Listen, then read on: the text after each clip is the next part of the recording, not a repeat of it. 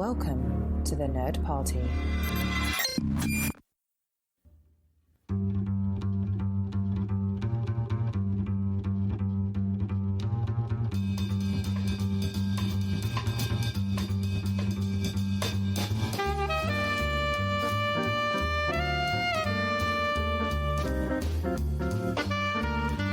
In the criminal justice system, the people are represented by two separate yet equally important groups: the police, who investigate crime, and the Crown prosecutors, who prosecute the offenders. These are their stories. Welcome to Time and Space, a Doctor Who podcast. I'm Jessica Nunn. And I'm her husband and co-host, Philip Gilfus. Well, we're going to do something slightly different. Still Doctor Who related, but not necessarily Doctor Who. We're going a little off-piste. That's right. Of course, the old joke goes, there's only 5 actors in Britain. But there's one show that I noticed, it's off the air, but that has a lot of Doctor Who characters. And that is Law & Order UK. Dun, dun, dun. There you go. So we recently watched, oddly enough labeled as Season 1 here in the US, but in Britain it's actually Series 1 and 2 of this series. And it aired in 2009 and Series 2 in 2010.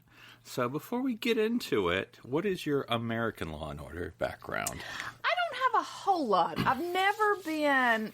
And I guess that's the thing with any sort of procedural drama, is you can dip in and out of it.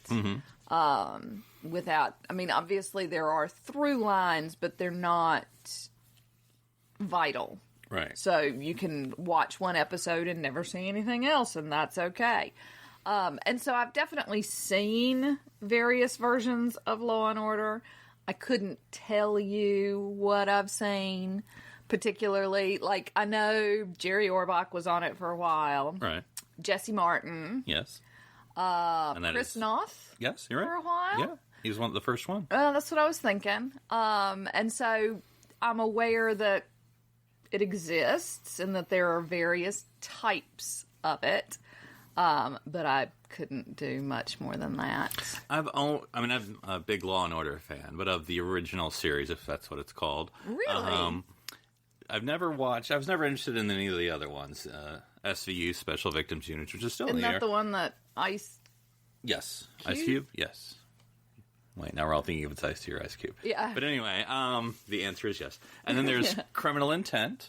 That was Vince Vaughn. Okay, yeah. And D'Onofrio. There you go. Yeah, no, that's a different Vince. Yeah, you're right. The similar body type, now that I think about it. But anyway, and then there was another one. There was a real life one. It didn't last very long. Like, it was real prosecutors' story. Oh, yeah, that sounds familiar. Which I was interested in because, at the time being a criminal lawyer.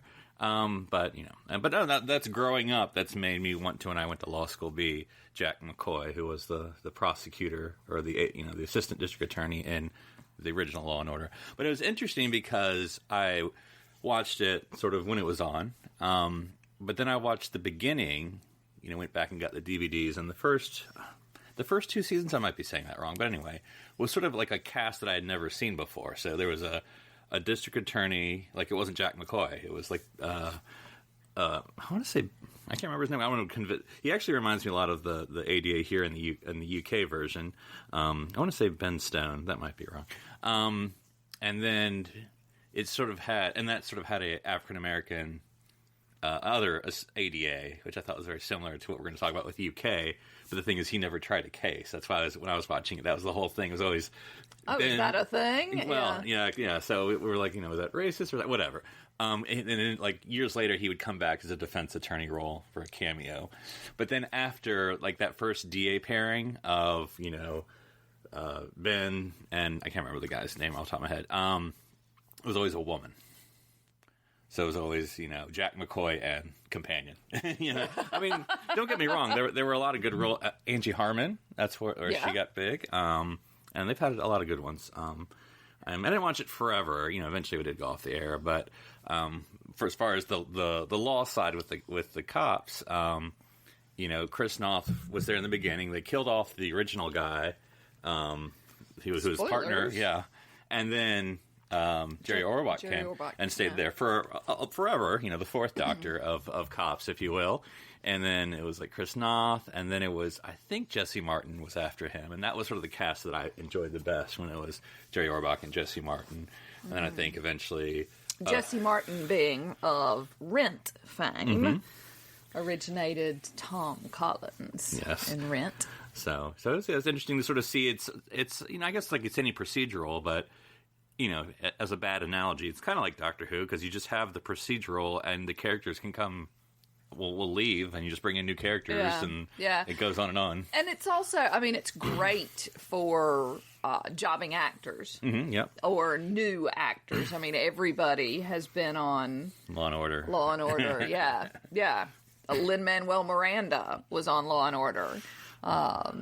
Captain Marvel, Brie Larson, everybody who's anybody. And to be fair, that's sort of, it's interesting for Britain, because they don't do as many procedurals like this. It's more things like Doctors. Everybody's been on Doctors in the UK. Oh, okay. That's an actual show. That's the name of the show. I was like, you're just saying that's how you say medical shows in Britain.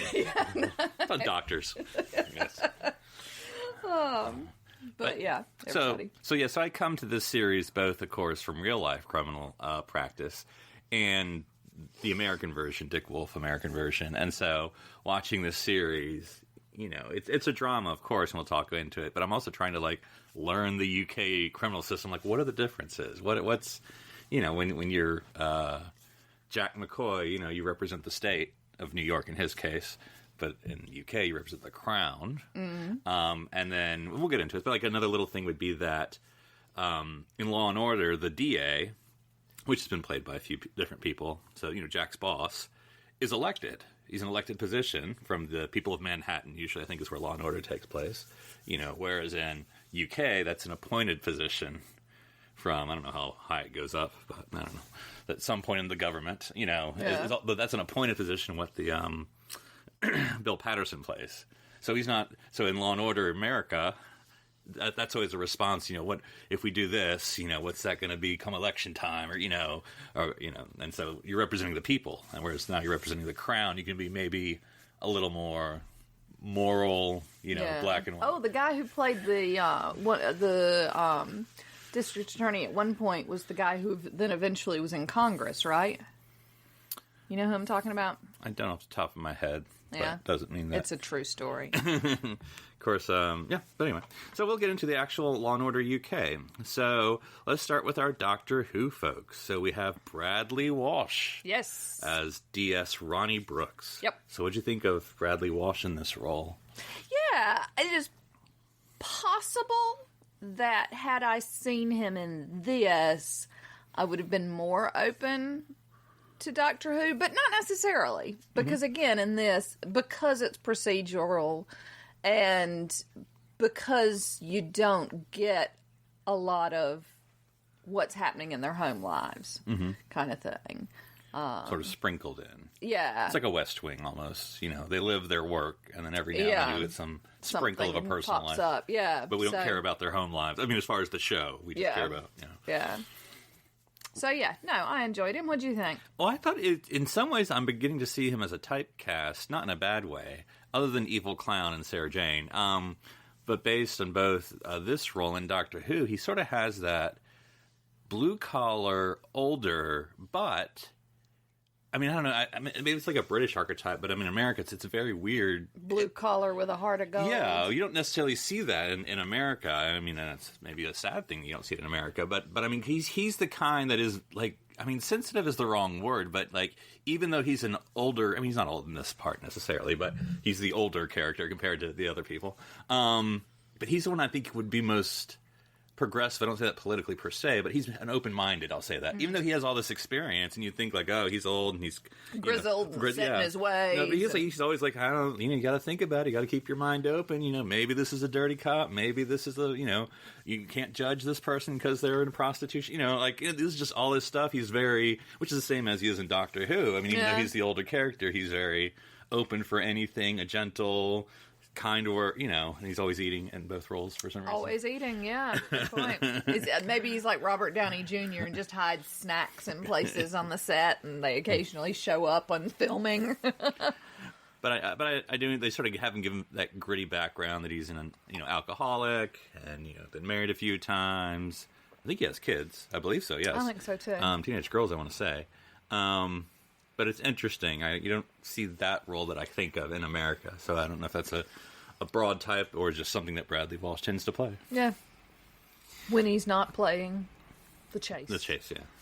Our other main Doctor Who person is Freema Agyeman, who plays Alicia Phillips, who I guess we would call an ADA, but basically she's a Crown prosecutor. It's never clear whether she's I guess she is. I mean, because it always seems I feel like she's a junior. Yeah, associate or something. I don't know. But, because I was about to say, is she just like a researcher or a paralegal? But, I mean, she argues cases, so she is an actual... Yeah, I wouldn't go so far as paralegal, but, junior. Uh-huh. And what do you think of her? One thing I always find interesting is her role. Again, procedural, so it's going to be the same thing every week. But, her role always seems to be, come in with all the answers. The exposition, I've come in and I've talked to the person, this is what happened, and this is what they said, and it's, phew, I thought we had a problem there. Yeah, and I'm holding a lot of files. Yes. She might have spent both of these series pregnant, and they were just covering it up by just giving her files all the time.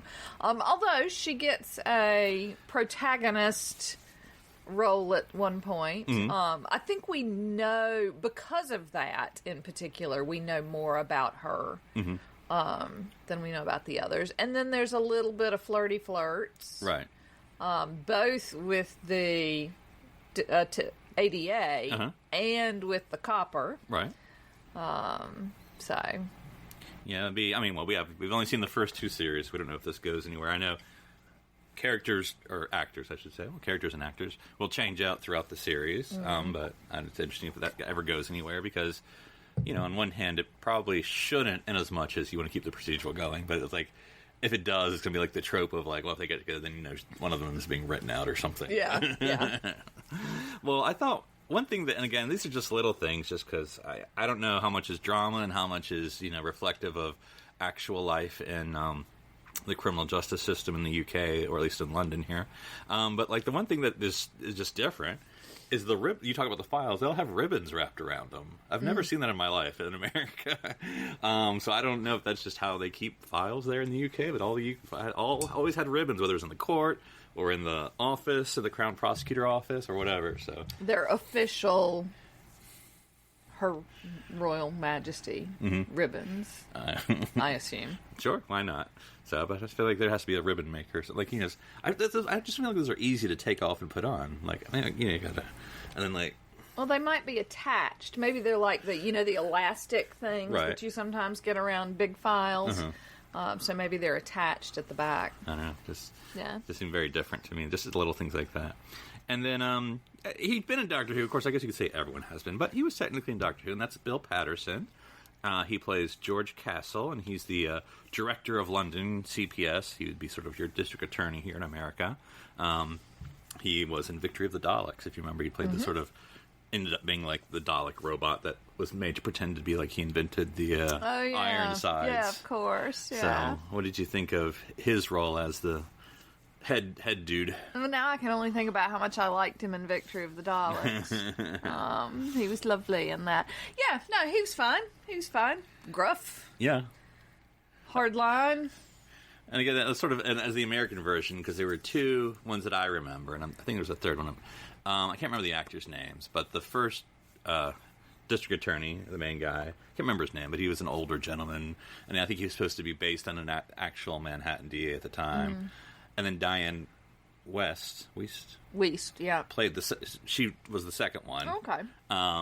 But yeah, they're always sort of the get it done and just get the deal done, and I've got an election to win, or just telling the main, or the main assistant district attorney, or the CPS in this case, that they're just barking orders. I mean, he didn't really necessarily bark orders; he sometimes did, but even in this one, he's out sort of doing the hustle's not the right word, but I was going to say a little more hands-on. The formal events. He's doing, the glad handing, the political machinations, though I don't know how much you have to do that, but apparently you do, here in London, but he's sort of,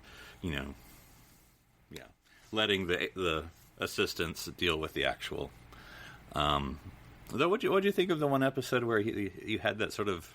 And you very odd. Yeah, it took the sabbatical to so defend that he his could friend. defend his friend. Yeah. I don't know. I guess you can do that. I don't think you've done America, but go ahead. You say that, but all of these are based on American episodes, right? So, now we have to go back now we need to go back and like match them up and be like, oh, this is and watch the episodes side by side or something. That might be too in depth. Yeah, that was kind of a weird. That way you sort of had like fantasy of like, well, what would happen if George Castle and James Steele fought against each other in the courtroom? And it's a very fanficky in a way. Yeah. But it's very. I mean, they were.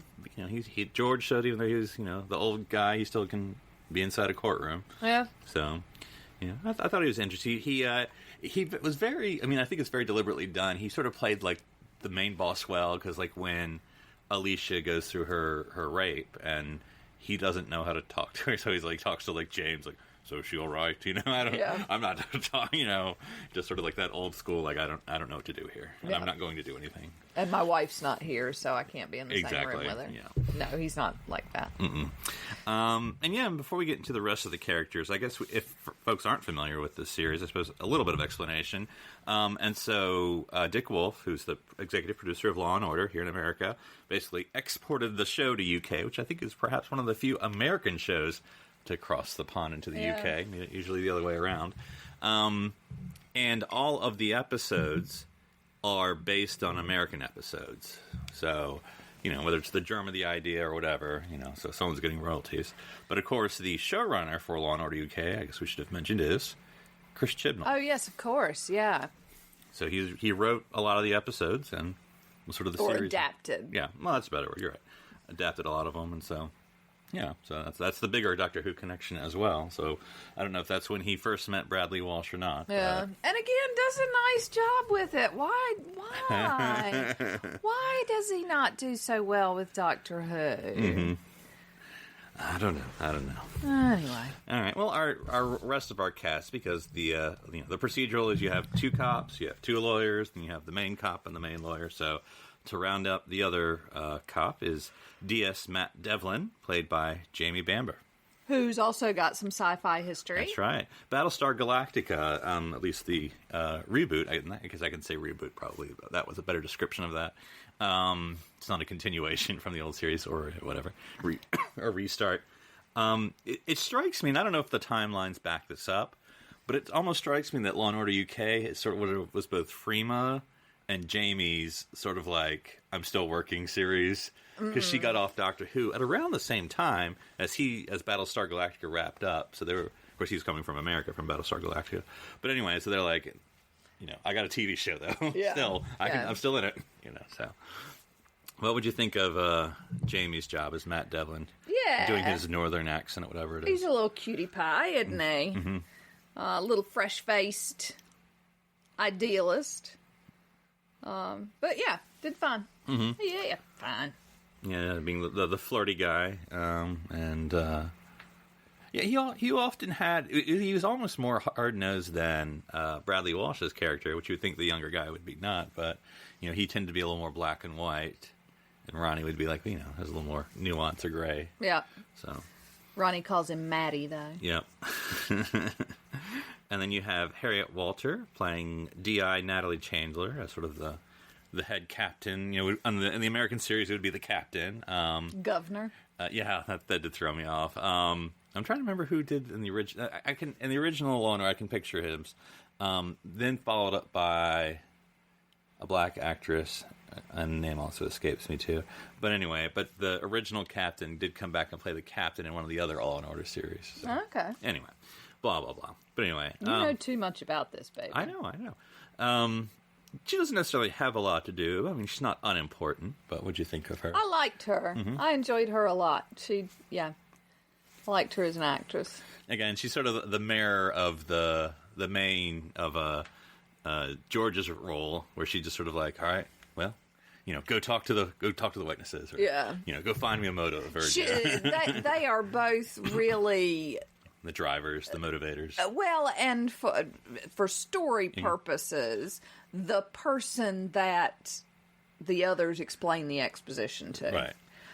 They're not really the audience because they're not going, what's happened, but they are the driving force of the exposition. Mm-hmm. I have to go tell all of the things we found out to this person so the audience also knows. And it always has to be that one of the cops is talking to or explaining, and the other cop is getting off the phone with the exact next lead they need. Yep. Yep. Hey.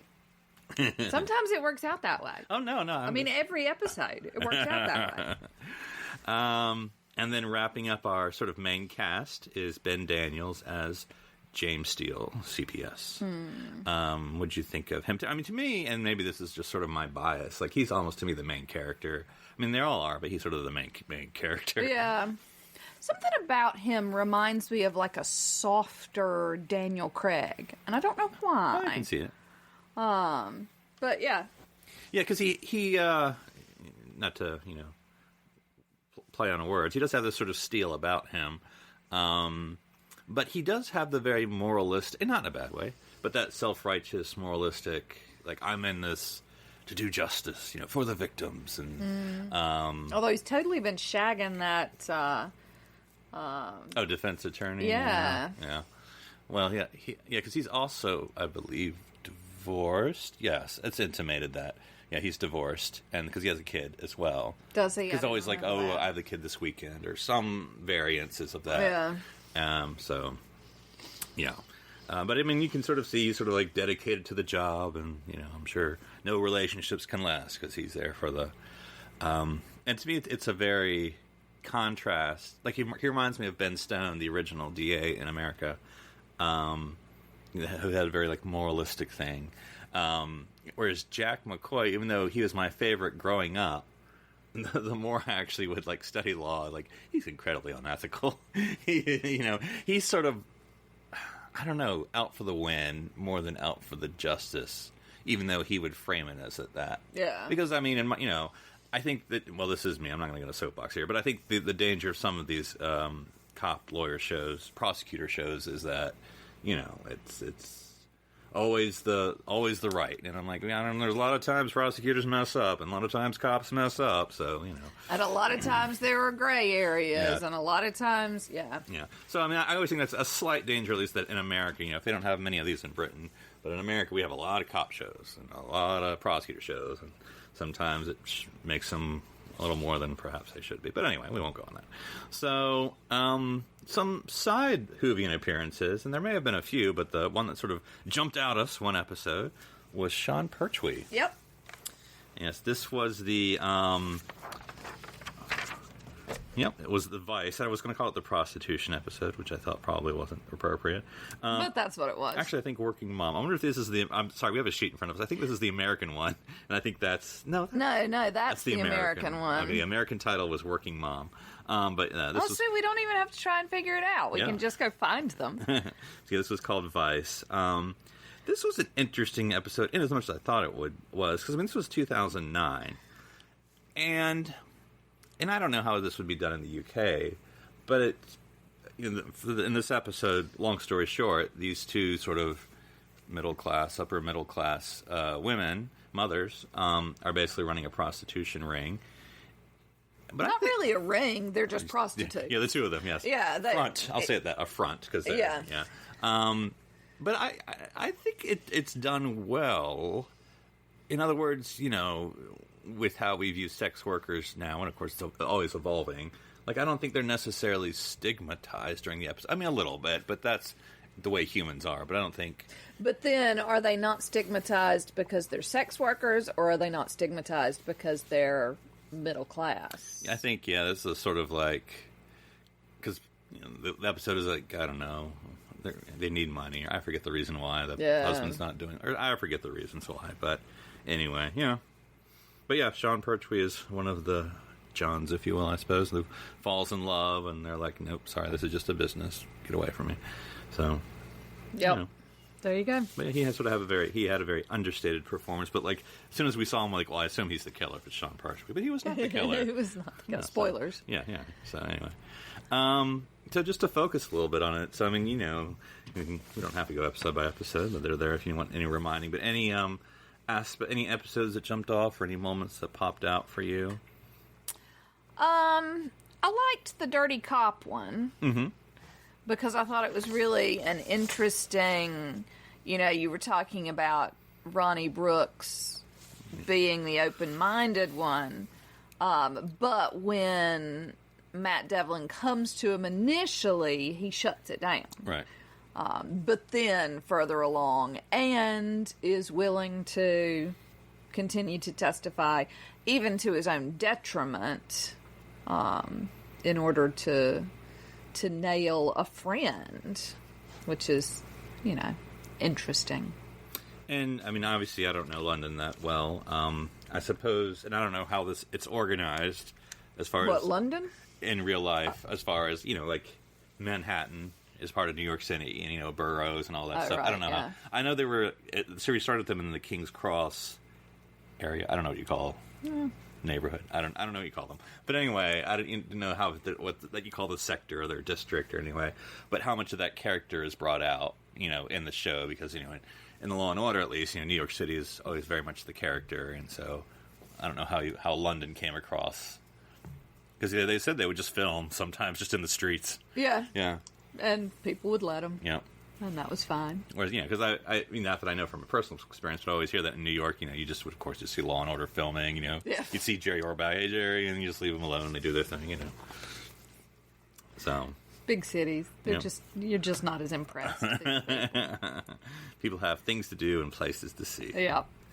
But, yeah, no, I liked their chemistry, Bradley Walsh and Jamie. As the two characters. You sort of had the older, the younger, but in surprising ways they sort of had reverse roles, but I thought they worked well together. You don't really get the good cop, bad cop sort of thing. Yeah, that was another thing, again, just to talk about procedure a little bit, just how it's different from America, you know, and the American version, and just on American cop shows in particular, and again, I don't know how much is drama and how much is legal reality, which is the same in Law and Order America, you know, some of that's obviously shouldn't or couldn't be done in real life. But anyway, I noticed in the UK version, they always have, I don't know if that's an actual attorney or solicitor or whatever the word would be, but they always, the person of interest always has a person next to them in that interview room. And it's always on tape. Mm. Like, they always have the tape going, which that's not necessarily, you know, the practice here in America, unfortunately. Sometimes, I mean, most of them have cameras in the interrogation room. But, you know, it always seemed like there was always a person in the UK version. They didn't know it seemed like they ever interceded. Like, that was a non-speaking role, I guess, if you're trying to get your screen time in the UK. Because there's a person sitting next to them and hardly ever said anything. But that was always the interrogation or interview. Yeah. Well, and I wonder if it's an advocate rather than a solicitor. Mm-hmm. You know, like if they don't have a solicitor yet, or because it's certainly not, it's almost never the person who then tries it in court. Right. And so whether or not they have advocates on standby whose job it is just to, you know. Yeah, make sure the police don't beat them up or something. Yeah, a little bit, yeah. Yeah, I don't. Or make dirty deals or whatever. Mm-hmm. And it's all on tape, which again is very interesting. Mm. I mean, of course, another different aspect to watching the UK version. And again, if you live in the UK, you're like, that's just life. But we don't have CCTV in America, and so that's very interesting in the UK. That's always part of the investigation process. So now, of course, a lot of times it doesn't work, or it wasn't pointing the right way, or wasn't on, or whatever. But like that's always a tool there that they always have to mention. Did I ever tell you about the time the CCTV talked? I was in Guilford and I was walking past where I knew a camera was, but somebody else was on the sidewalk cycling. And the CCTV camera said, "Please do not cycle onto the sidewalk," or the pavement, or whatever it was. And I was like, that's creepy. Mm-hmm. But, yeah. Is that like being in the Big Brother house?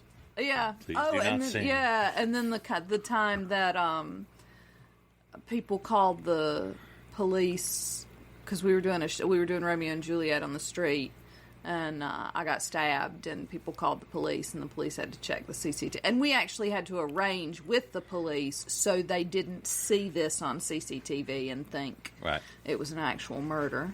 But I missed all of that excitement because I was dead already, and I'd been taken off stage, so I was sad, but never mind.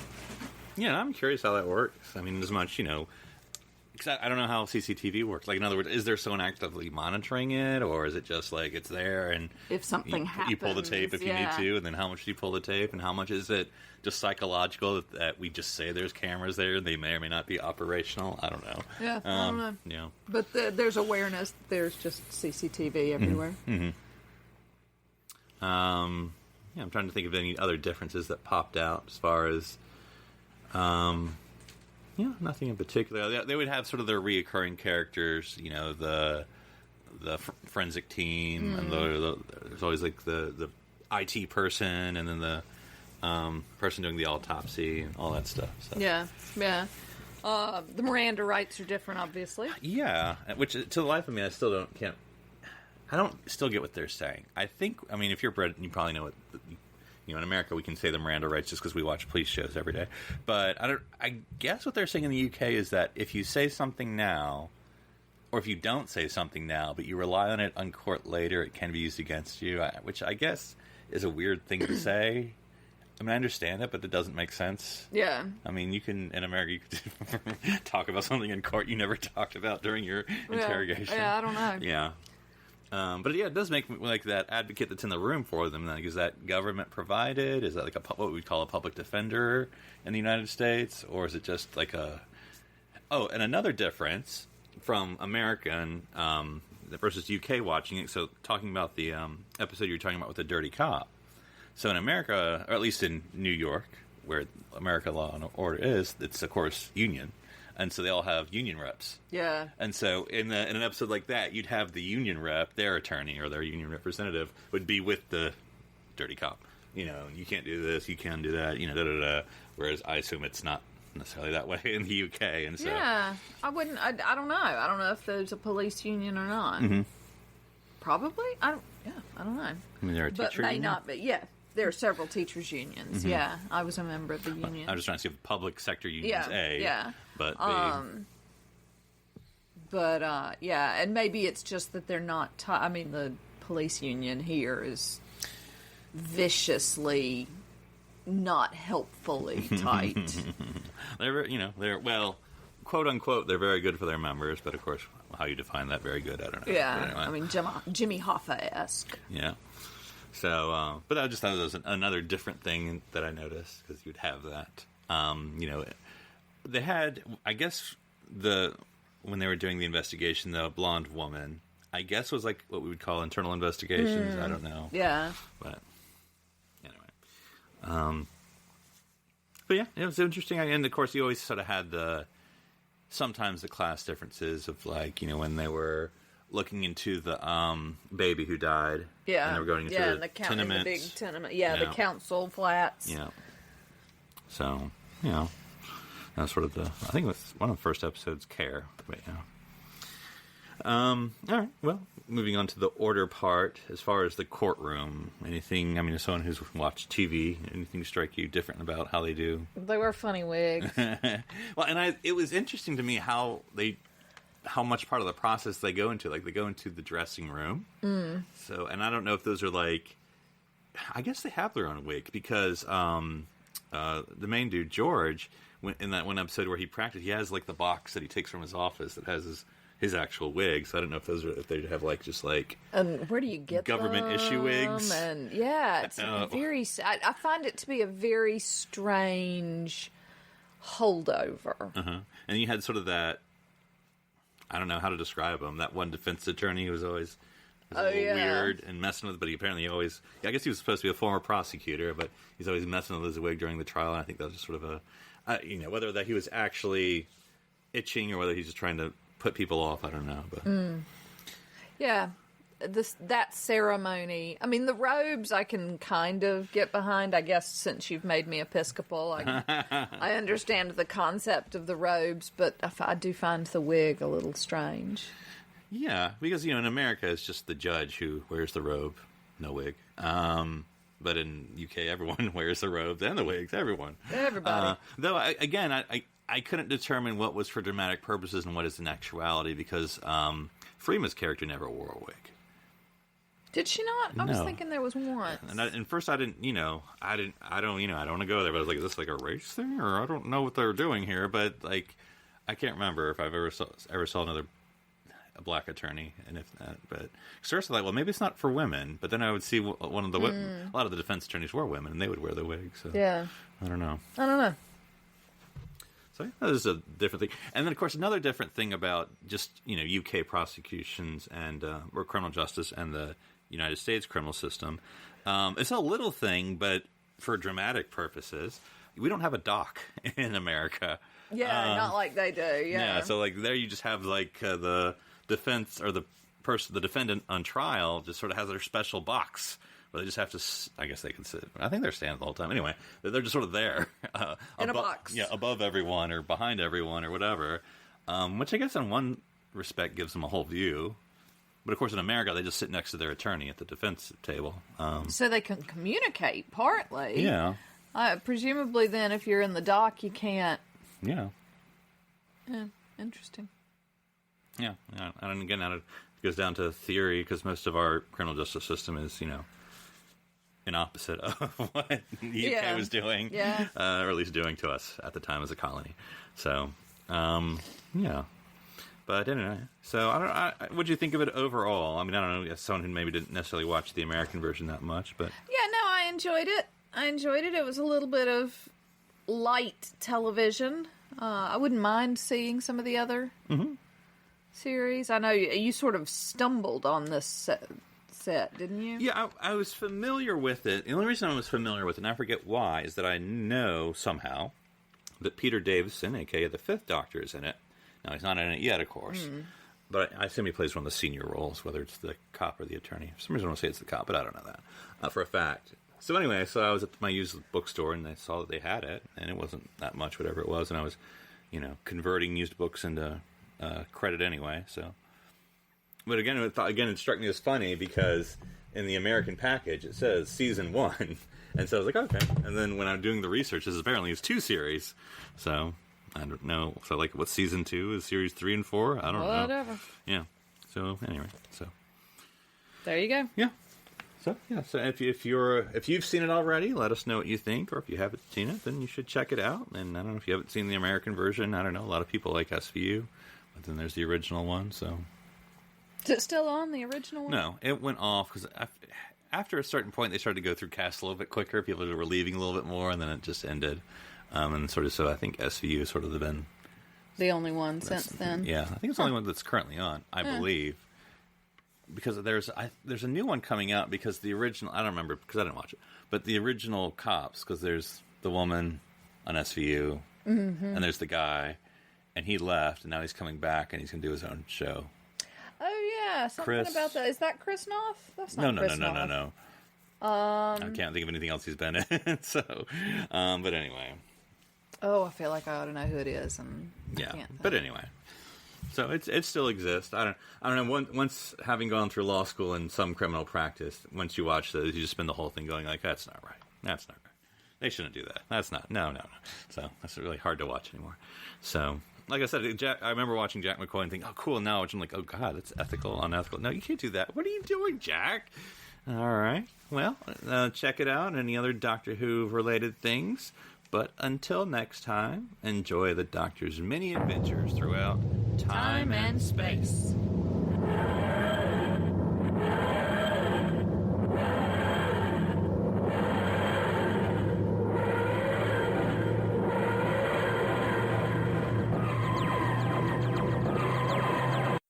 This is BBC Television.